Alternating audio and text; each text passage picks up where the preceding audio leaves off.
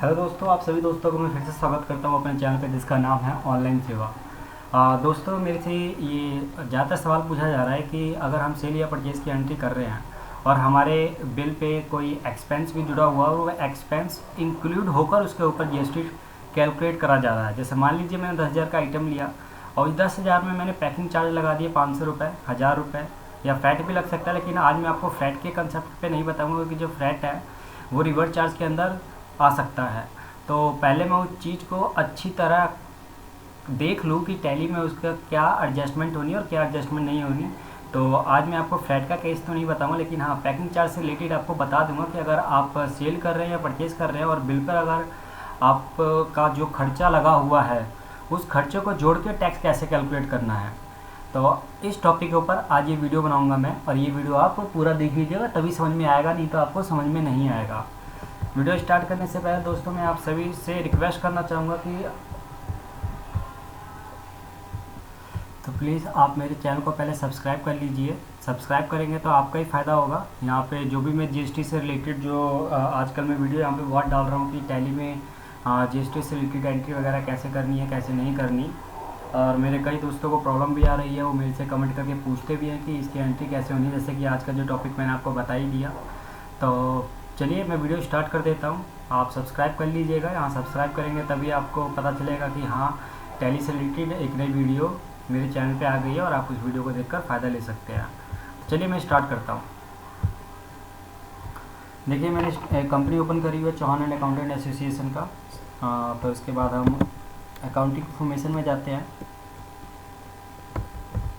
चलिए मैं आपको बिल्कुल ही नया बनाकर दिखाता हूँ। मैंने इसमें पहले से बनाए हुए हैं बहुत कुछ, ताकि आपको समझ में आ जाए। लेजर पे जाते हैं और क्रिएट करते हैं। चलिए मैं रजिस्टर पार्टी के नाम से ही बना देता हूँ। ये हमारे लिए सन्डी डेटर होंगे क्योंकि मैं इसे माल बेच रहा हूँ। मेंटेन बिलिंग बिल ऑप्शन को हम यस कर देंगे।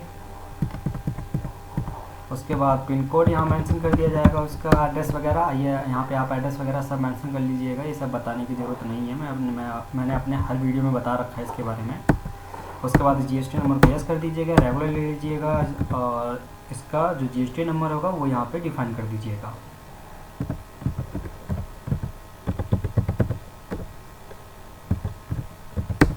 उसके बाद इसे सेव कर दीजिएगा। इसी तरीके से एक पैकिंग चार्ज बना देता हूँ मैं। ये हमारे लिए इनडायरेक्ट इनकम हो जाएगा क्योंकि सेल कर रहा हूँ मैं। इसके बाद आप जो ये देख रहे हैं ऑप्शन, ये जीएसटी एप्लीकेबल, यहाँ पे नॉट एप्लीकेबल कर दीजिएगा। ध्यान दीजिएगा, ये नॉट एप्लीकेबल होगा, उसके बाद ही ये पूछेगा। अगर मैं इसे एप्लीकेबल कर देता हूँ तो ये हमसे कोई ऐसी इन्फॉर्मेशन नहीं पूछता, तो इसे नॉट एप्लीकेबल कर दीजिएगा। अगर आपको अपने बिल पे एक्सपेंस जोड़कर टैक्स कैलकुलेट करना है उस केस में, और अगर इस पर सिंपली इसको अलग से दिखाना है टैक्स से, मान लीजिए 10,000 पे मैंने 18% निकाला 1,800 रुपये, और वो टैक्स की वैल्यू अगर उसमें खर्चा मैंने अलग से जोड़ा है। लेकिन अगर आप खर्चे को जोड़ के टैक्स वैल्यू बनाकर उसके ऊपर टैक्स कैलकुलेट करना चाहते हो तो आप इस ऑप्शन को नॉट एप्लीकेबल कर दीजिएगा।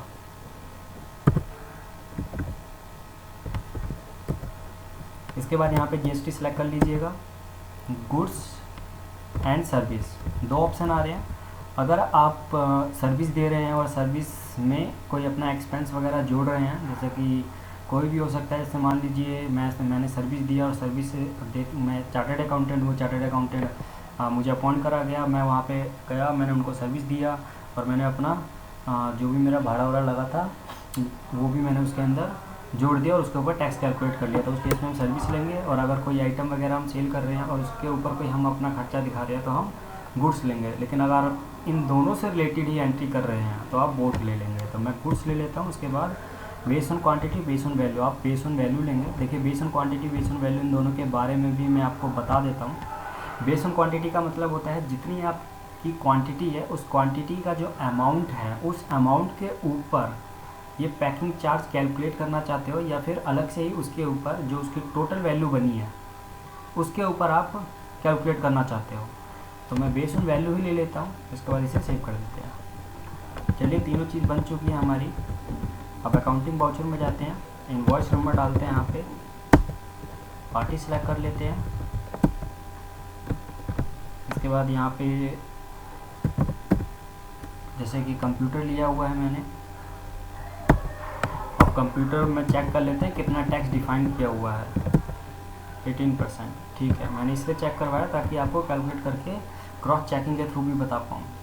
तो 10 आइटम मैंने लिए, मान लीजिए एक कंप्यूटर की वैल्यू 15,000 है। उसके बाद यहाँ पे हम सेल ले लेंगे। ये देखिए ऑटोमेटिक इसने क्या कर लिया, सेल टैक्सेबल। इसके बाद यहाँ पे अब CGST और SGST ना सेलेक्ट करके आप अपना पैकिंग चार्ज सेलेक्ट कर लीजिए, जो आपका खर्चा है, यानी जो आपकी इनकम बनी है।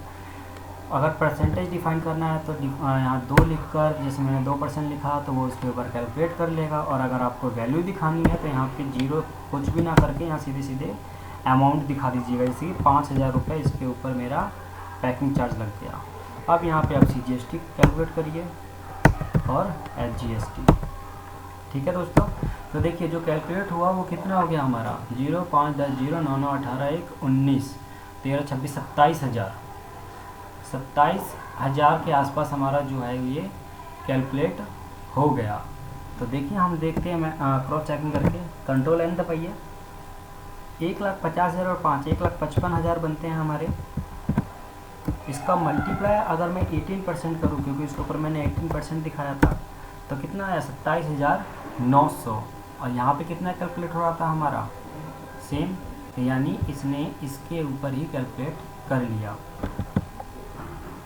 तो मुझे लगता है कि अब आप लोगों को कोई डाउट नहीं है कि हम अपने बिल पर एक्सपेंस को, जो भी या इनकम है हमारी या एक्सपेंस है, उनको इंक्लूड करके टैक्स कैसे कैलकुलेट करना है। तो इसका अगर मैं आपको प्रिंट भी दिखाऊं, ऑल जेड दबाइए जूम करने के लिए, तो यहाँ पे देखिए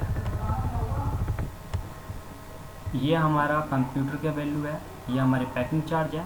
इन दोनों को मिला के इसके ऊपर CGST और SGST आ गया। यहाँ पे देखिए मेरा HSN कोड भी मेंशन हो गया।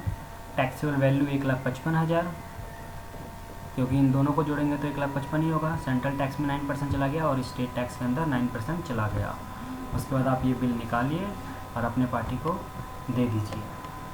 उम्मीद करता हूँ कि आपको वीडियो समझ में आया हो, और अगर समझ में ना आया हो तो आप कमेंट में आपके मन में जो भी डाउट है वो लिख सकते हैं, मैं उसका रिप्लाई ज़रूर करूँगा। थैंक यू दोस्तों।